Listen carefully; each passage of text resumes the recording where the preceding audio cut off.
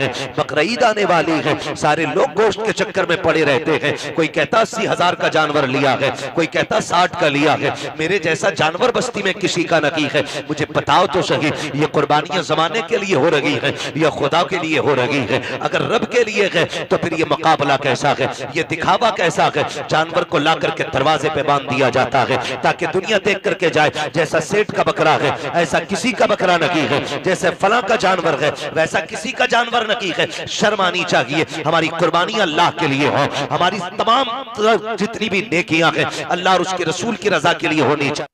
السلام علیکم ورحمۃ اللہ تعالی وبرکاتہ۔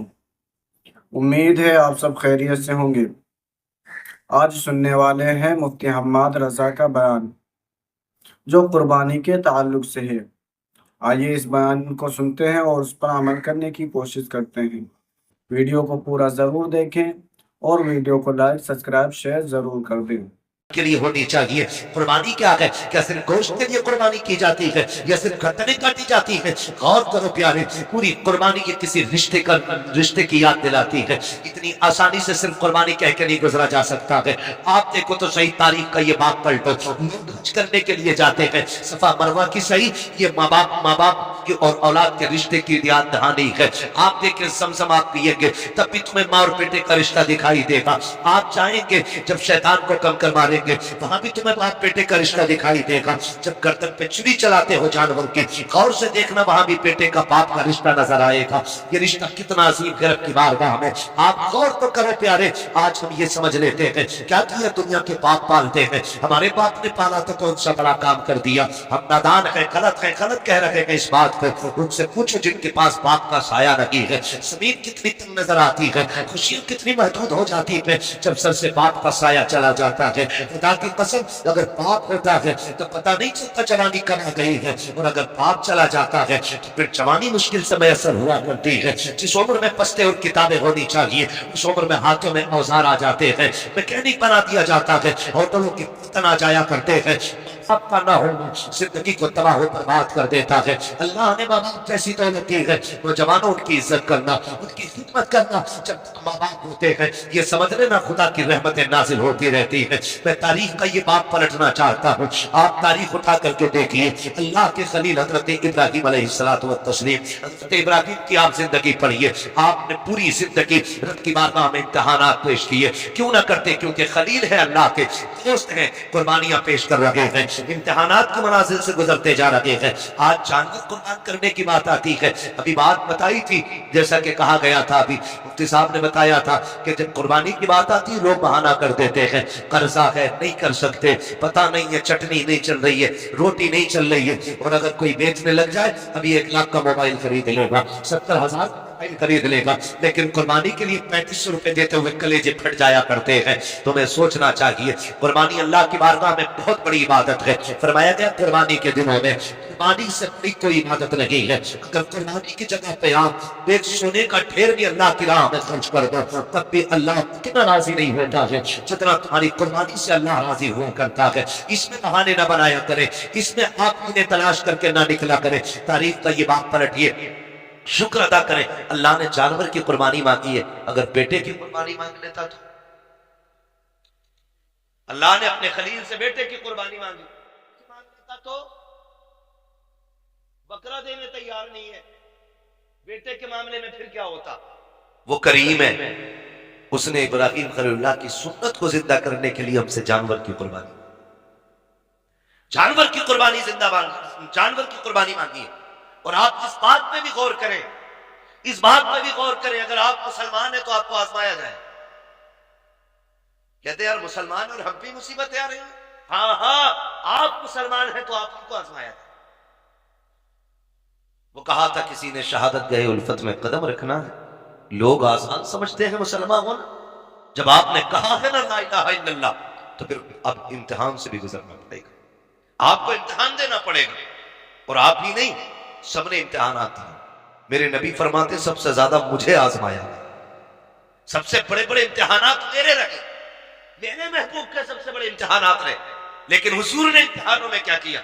تاریخ گواہ ہے، کسی نے پتھر مارے میرے حضور نے بدلے میں پتھر نہیں مارے، کسی نے ستم کیے تو حضور نے بد دعا نہیں کی۔